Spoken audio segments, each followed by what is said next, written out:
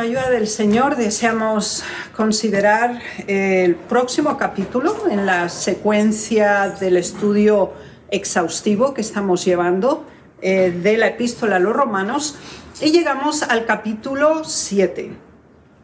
Y desearía enfatizar que aunque encontramos esta clara división por medio de capítulos, y el tema 7 presenta una extensión o un apéndice de los principios ya expuestos en el capítulo 6, ruego que lo tengan presente en memoria los temas que hemos tratado en los capítulos precedentes, ya que son fundamentales para poder seguir la trascendencia y el desarrollo que se está dando acerca de este tema.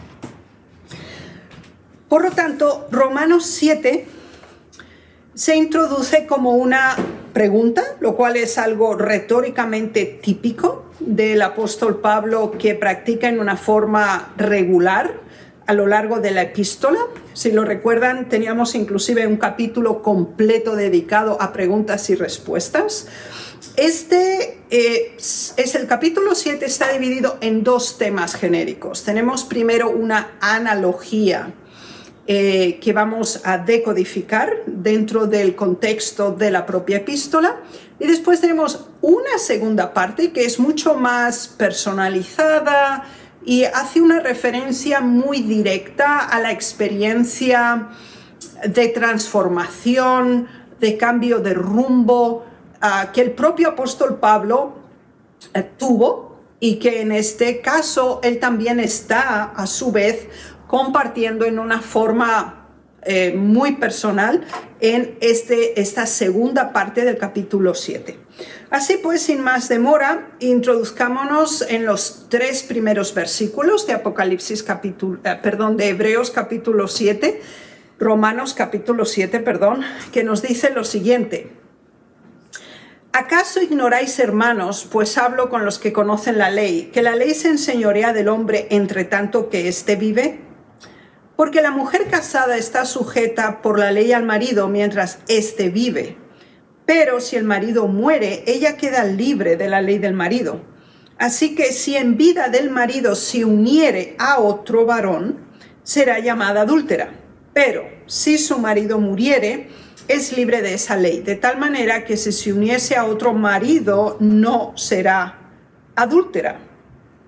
Bien, primero se nos hace una pregunta que es muy chocante, pero que sin embargo tiene una secuencia respecto a los temas que habíamos tratado en el capítulo 6. Ahora, el elemento que se está tratando aquí es la relación vida y muerte en relación a la ley. ¿Quién lo determina? ¿Cuál es el elemento que de alguna manera bifurca esos dos elementos fundamentales de la existencia o la cesación de la vida, sea esta física o espiritual, en el ser humano?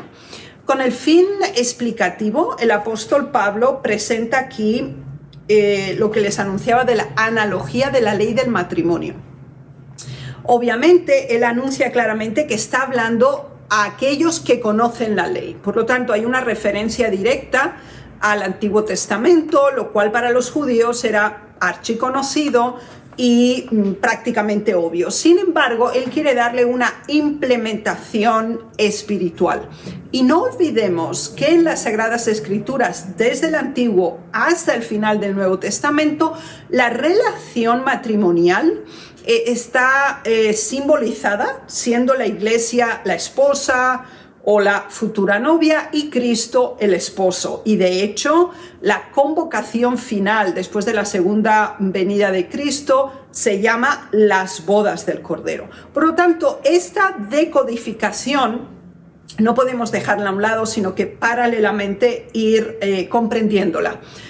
Vamos a entender primero la literalidad de la ley del esposo o la ley del matrimonio que tenemos aquí.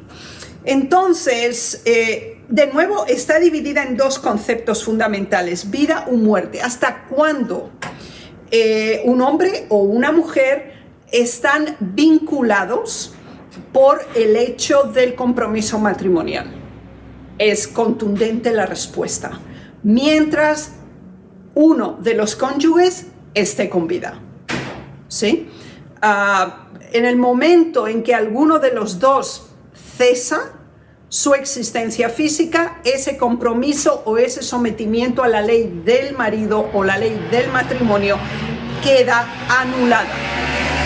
Este principio del antes y después es muy importante que el apóstol Pablo lo estipula desde el principio del capítulo, porque él va a elaborar este principio en la vida individualizada del ser humano. Es decir, en nuestra relación con nuestro amo primero o nuestro amo segundo, porque el ser humano tiene que estar o ha estado y debe decidir bajo qué poder se encuentra. Así que, teniendo claro esta analogía que es introductoria para el resto del capítulo, procedamos a los próximos, donde él elabora muchísimo más estos elementos. Y el versículo 4 añade un concepto que ya habíamos definido en el capítulo 6, pero que enfatiza el cambio de pertenencia. El versículo 4 dice: así también vosotros, hermanos míos, habéis muerto a la ley mediante el cuerpo de Cristo, para que seáis de otro, del que resucitó de los muertos, a fin de que llevemos fruto para Dios. Por lo tanto, el cambio de pertenencia, que teníamos la analogía del matrimonio, siempre se daba cuando había un fallecimiento, cuando uno de los cónyuges fallecía. El que queda en vida queda también libre del compromiso anterior. Ahora, usando ese mismo criterio, en el versículo 4, el apóstol Pablo lo introduce para ver cómo el ser humano puede cambiar de propietario, puede cambiar a quién pertenece. Y el elemento no es solo la muerte, sino la resurrección. Y este es fundamental para la comprensión del plan de salvación. Si Jesús solamente hubiera muerto, el plan de salvación no hubiera llegado a su culminación. Se hubiera consumado parcialmente, lo cual lo haría no válido. Si no hay resurrección, no hay liberación del propietario anterior o de la pertenencia anterior.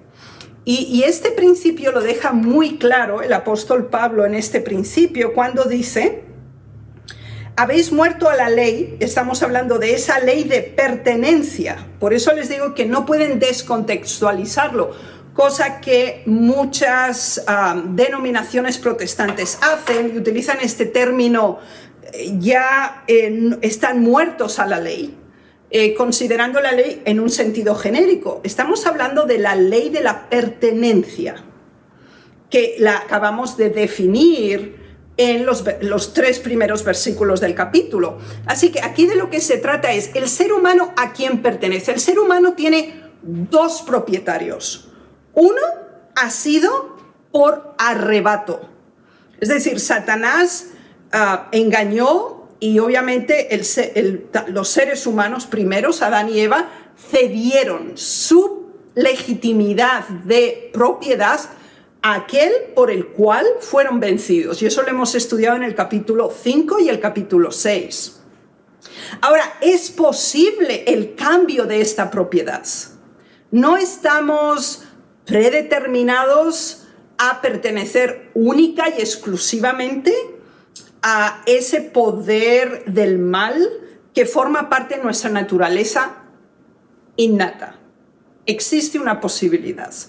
Y esa posibilidad se da no solo por la muerte, sino además por la resurrección. Porque la resurrección es esa segunda vida, ahora sí, bajo otra pertenencia.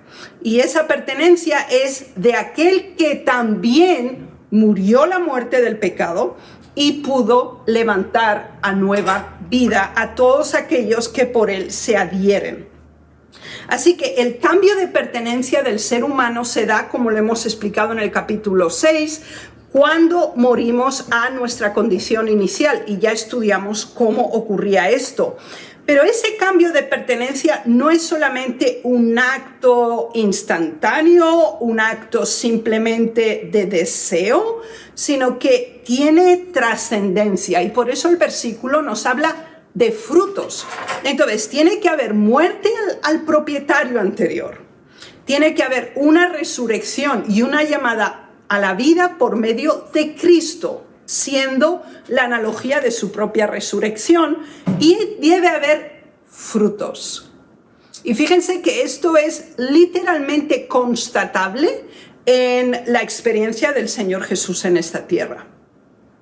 Y nosotros tenemos que reproducir esa experiencia. Obviamente, no con la misma intensidad, con la misma agonía o carga del pecado de toda la humanidad, pero sí con la nuestra como tal.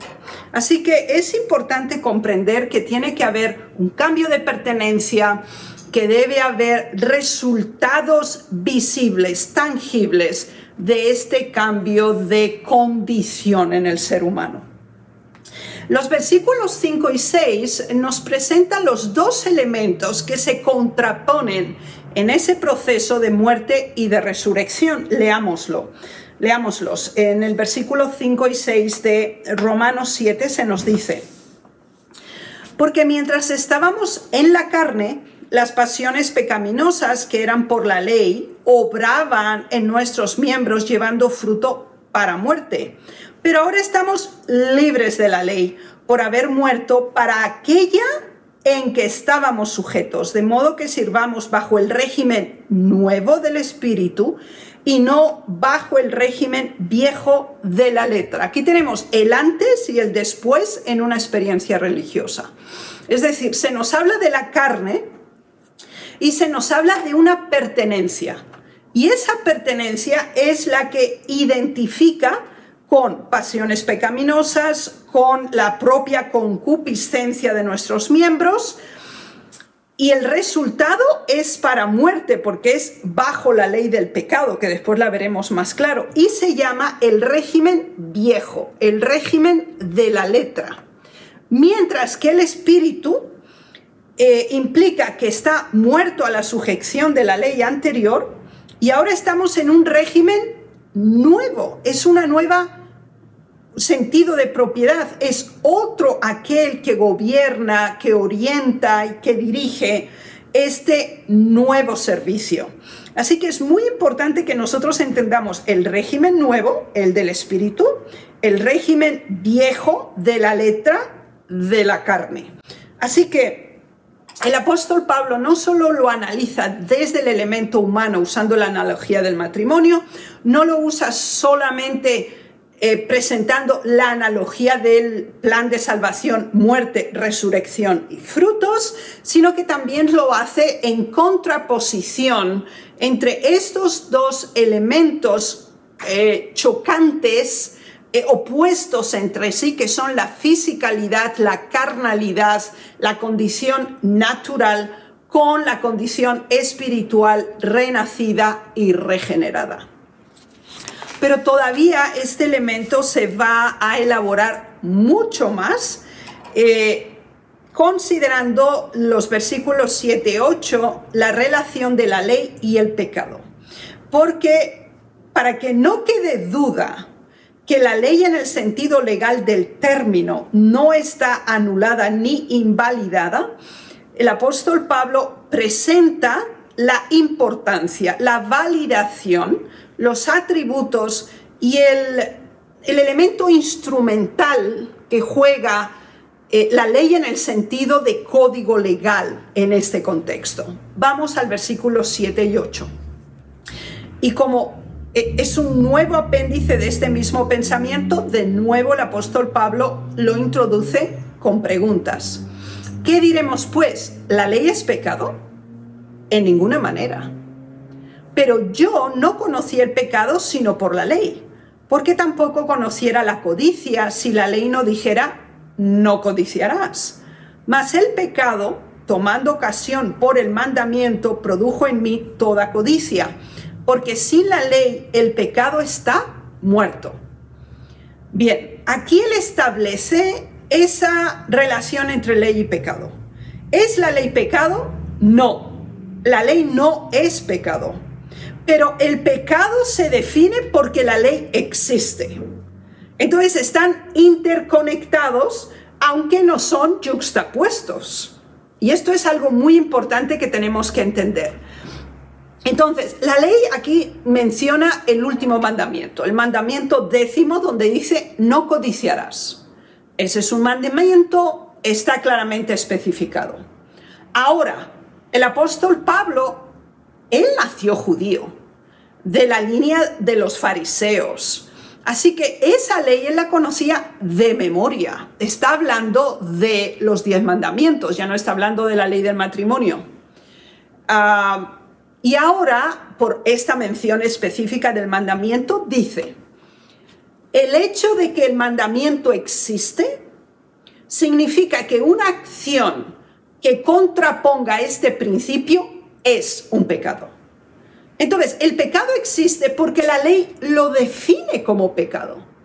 Si yo no conozco la ley, entonces para mí no es pecado porque no tengo un código moral o ético que define la codicia como un comportamiento desechable, incorrecto e inaceptable. Entonces tenemos un código de comportamiento, un código moral, ético, de valores, que nos facilita encuadrar adecuadamente comportamientos, actitudes, inclusive deseos, porque la codicia no es un acto materializable, es un elemento pensante.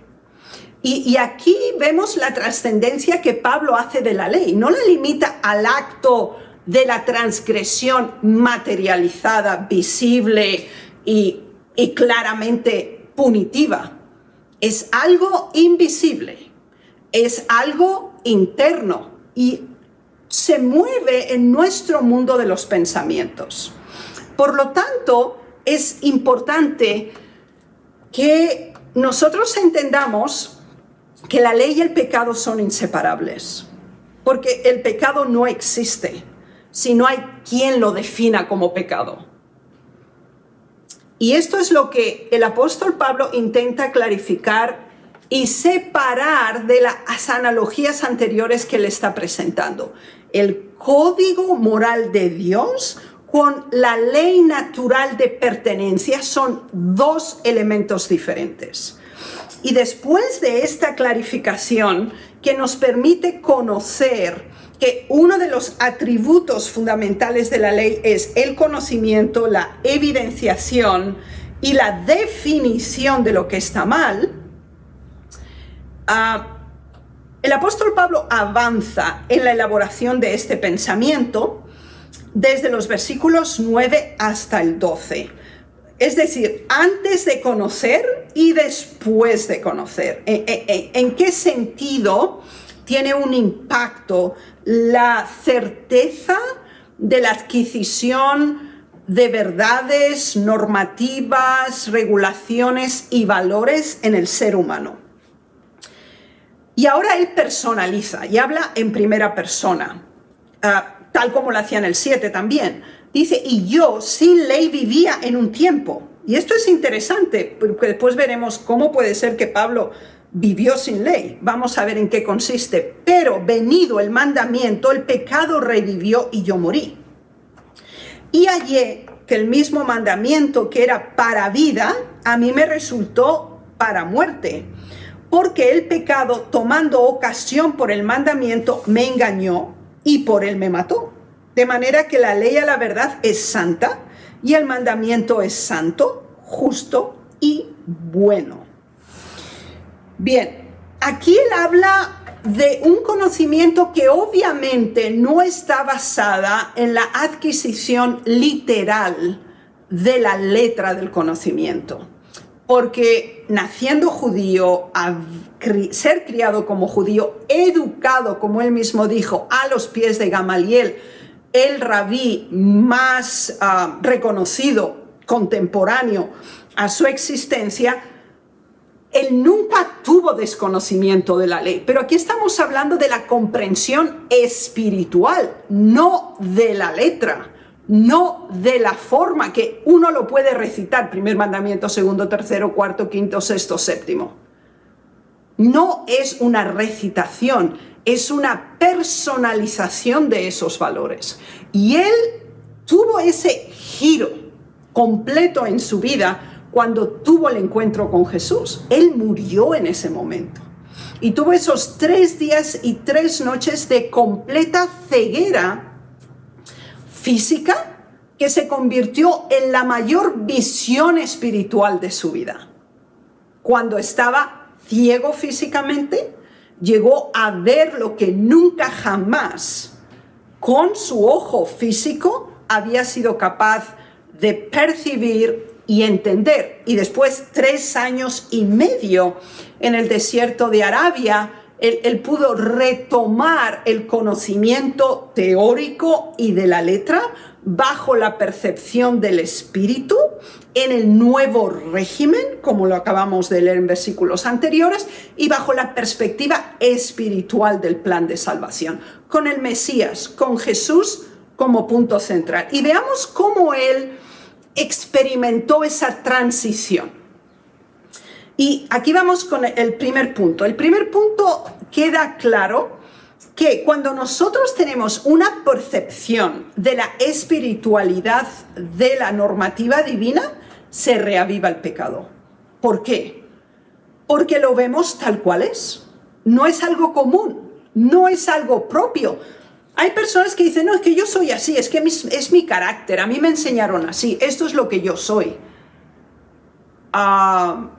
Bien, el apóstol Pablo tuvo el momento de debacle, tuvo el momento en que tuvo un antes y un después. Lo que él conocía como teórico, que se declaraba a sí mismo justo, perfecto, o sea, conforme a la ley, sin tacha, pero esa es la ley de la letra, no la ley del espíritu. Ahora, cuando él se vio como él realmente es, que él tenía odio hacia estas personas, las perseguía para llevarlas a la muerte, las torturaba para que negaran a Jesús. Cuando él vio realmente los impulsos, los motivos que le impulsaban a hacer lo que estaba haciendo, pues se vio en la inmensidad del pecado. Y por eso él declara, revivió en mí el pecado. Yo vi lo que realmente yo era. Pero él va más allá. El conocimiento de la ley de Dios tiene el objetivo de compartir vida con nosotros. Y Dios le dijo al pueblo de Israel antes de entrar en Egipto, os pongo ante vosotros el camino de la vida y el de la muerte. Y quedó claro que el camino de la vida era servir, obedecer y actuar de acuerdo a la normativa que Dios había establecido. Lo contrario, obviamente, iba a ser la muerte. Ahora Pablo dice, para mí resultó la muerte. ¿Por qué? Porque él tuvo que sufrir una resurrección. Él tuvo que nacer de nuevo. Él tuvo que tener ese nuevo nacimiento que Dios ya le explicó a Nicodemo. Él lo tuvo que personalizar y tuvo que darse cuenta que lo que él consideraba al definirse a sí mismo como justo, bueno y perfecto, era completamente inválido y sin ningún tipo de valor ante Dios y el plan de salvación. Y por esa razón dice que la literalidad del mandamiento nos engaña, porque nos hace creer, bueno, si yo cumplo exactamente, entonces yo estoy bien. Ese es un engaño, eso es una autodecepción que nosotros practicamos con nosotros mismos. Si creemos que en nuestra capacidad, con nuestras fuerzas, podemos igualarnos en el sentido de justicia ante el Señor. Y por eso aquí habla de 3 atributos de la normativa y del código que Dios ha establecido. Es santo, es justo y es bueno. Y fíjense que esto no es una redundancia, es una triple atribución de la santidad, de la justicia y de la bondad. Y son tres elementos, tres adjetivos calificativos del verdadero carácter de Dios, ejemplificados en su normativa de conducta hacia el ser humano en un proceso regenerativo. Pero no termina aquí la experiencia que nosotros tenemos que hacer. Vayamos todavía a los versículos 13 y 14.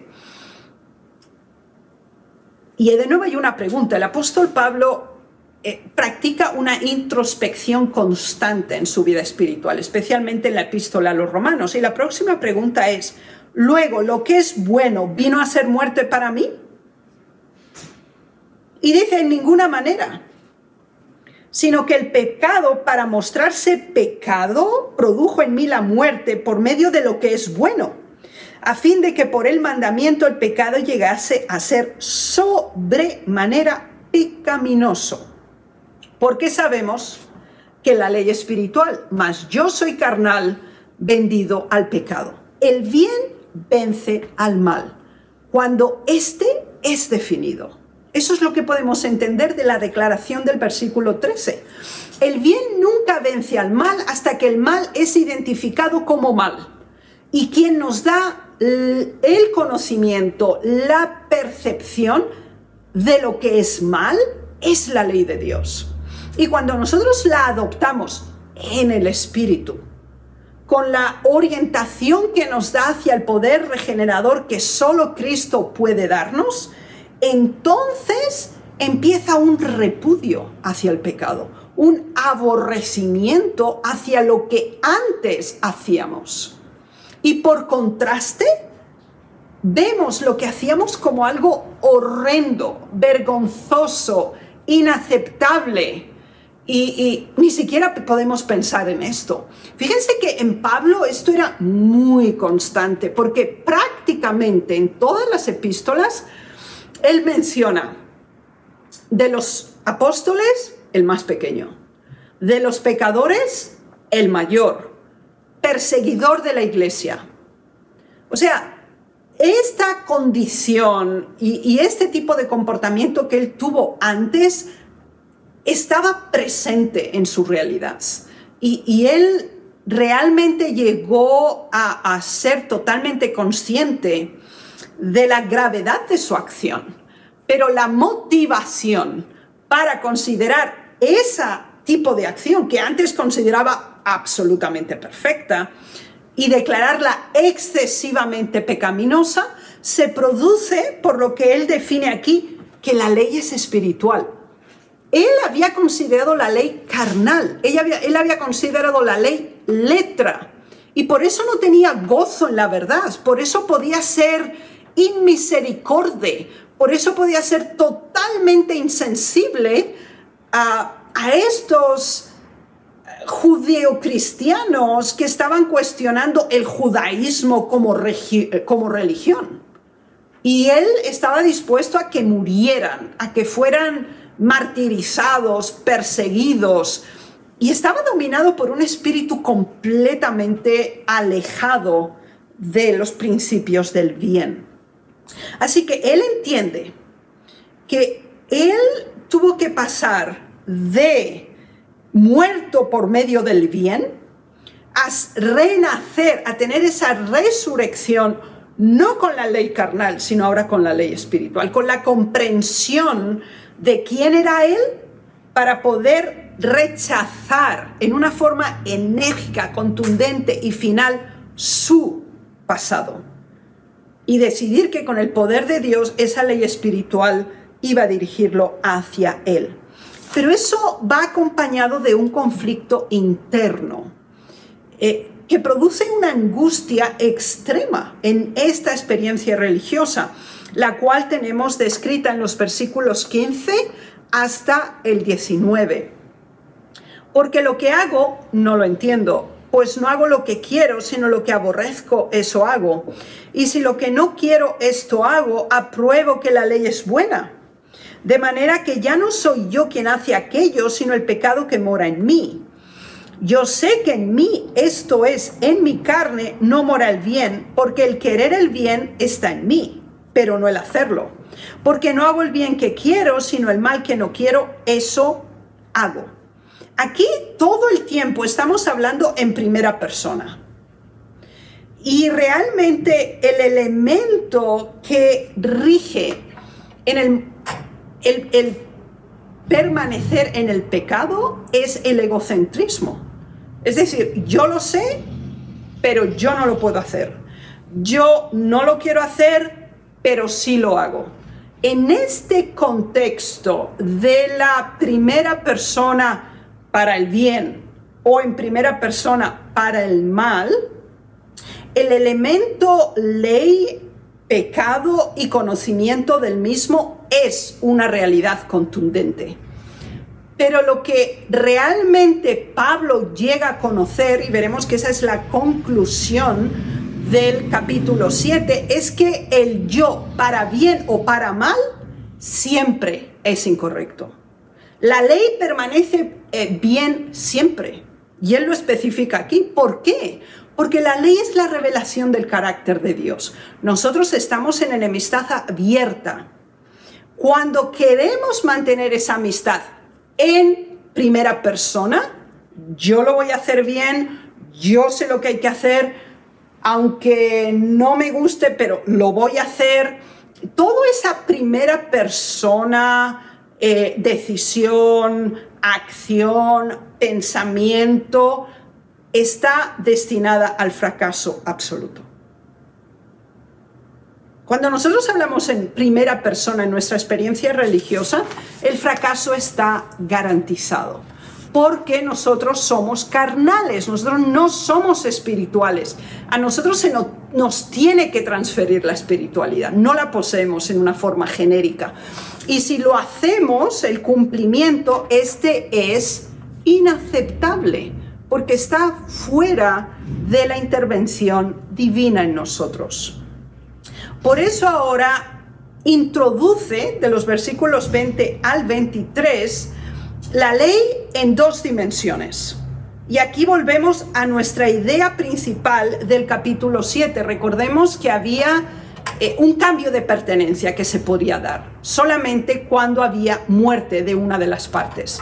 Leámoslo, porque tenemos la ley de Dios y la ley del pecado. Versículos 20 al 23. Dice así: y si hago lo que no quiero, ya no lo hago yo, sino el pecado que mora en mí. Así que queriendo yo hacer el bien, hallo esta ley, que el mal está en mí.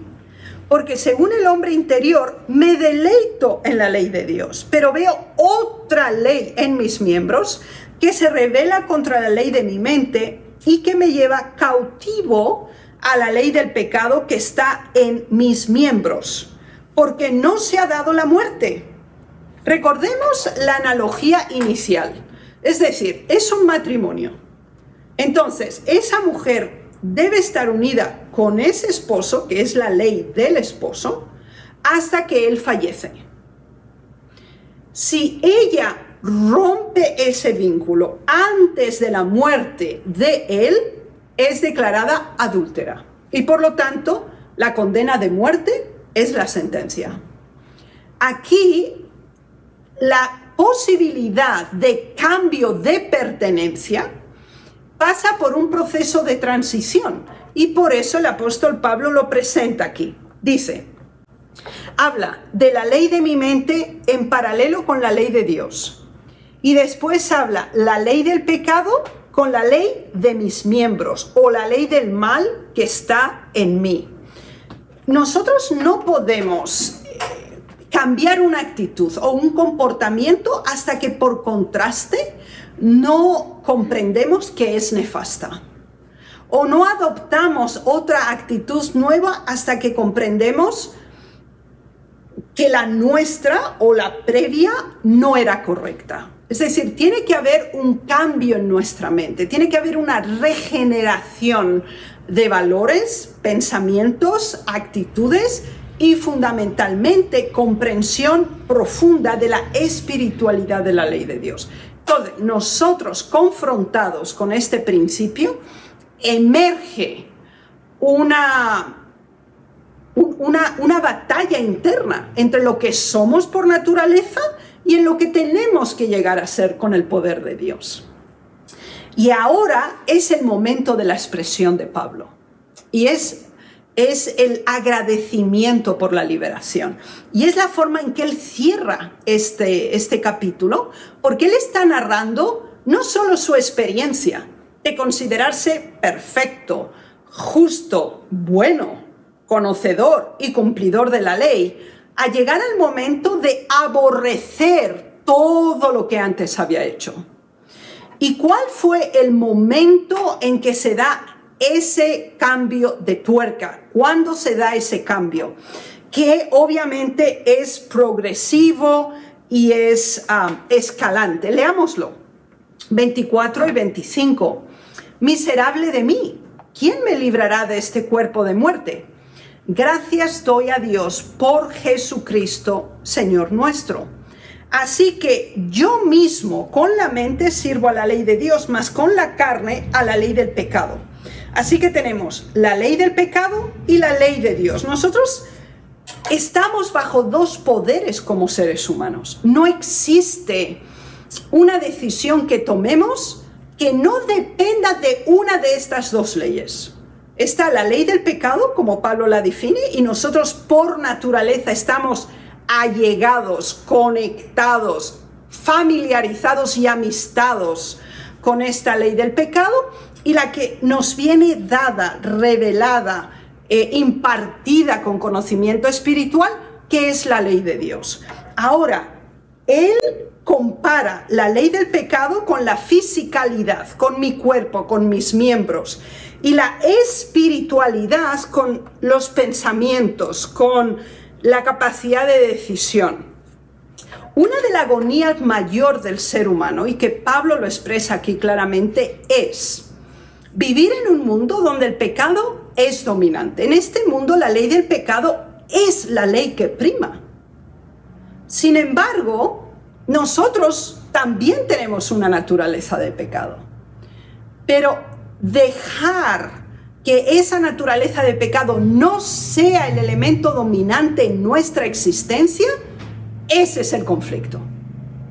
Porque de este mundo no podemos salir hasta que el Señor nos tome. Y en este mundo el pecado reina, es dominante, es el poder que impulsa las decisiones y las actitudes en este planeta. Sin embargo, aquí hay un elemento de alabanza, un elemento de agradecimiento, y contrasta, porque Pablo dice, yo soy miserable. O sea, para mí, en mi condición natural, como yo soy, no hay esperanza. Pero sí tengo esa esperanza ahora, porque él tuvo el encuentro con Jesucristo. Él comprendió el plan de salvación. Y entonces él exclama, agradezco a Dios por Jesucristo. Entonces, esa es nuestra solución. Ser conscientes de lo que somos y ser conscientes de lo que podemos llegar a ser con el poder de Jesucristo. Y esa experiencia es toda nuestra vida religiosa. Eso no es una experiencia aislada en algún momento que nosotros catárticamente consideremos el inicio de nuestra conversión. Obviamente se dio, pero es algo constante, permanente en el tiempo. Fíjense que la angustia de Jacob se da, y esos fieles ya están sellados, ya están apartados para el Señor, y ellos tienen ese conflicto. Ellos se consideran miserables. ¿Será que estamos en orden con el Señor? ¿Nos habremos arrepentido de nuestros pecados? ¿Habrá algo en nosotros que todavía no hemos arreglado, clarificado o puesto en orden? Y son personas que han recibido la lluvia tardía. Son personas que el Señor ha usado en el último llamado de gracia a este mundo. Y están en este momento, se sienten miserables e indignos. Y al mismo tiempo son dignos delante del Señor. El Señor ya los ha reconocido, les ha puesto su sello, los va a llamar por nombre y les va a dar esa piedrecita blanca con ese nuevo nombre, y les va a dar un arpa, y les va a dar una palmera de victoria, y la túnica nueva, y la corona, y los va a invitar a la mesa, y les va a servir, y va a estar siempre con ellos. Debemos entender el capítulo 7 como un proceso en progreso en la vida espiritual. Y que el Señor nos ayude para que esta sea nuestra experiencia. El apóstol Pablo habla en primera persona y no lo hace en una forma figurada. Él presenta su angustia, su lucha, pero exclama en victoria a través de Jesucristo. Quiera el Señor ayudarnos para que esta sea también nuestra experiencia. Es mi deseo y oración. Amén.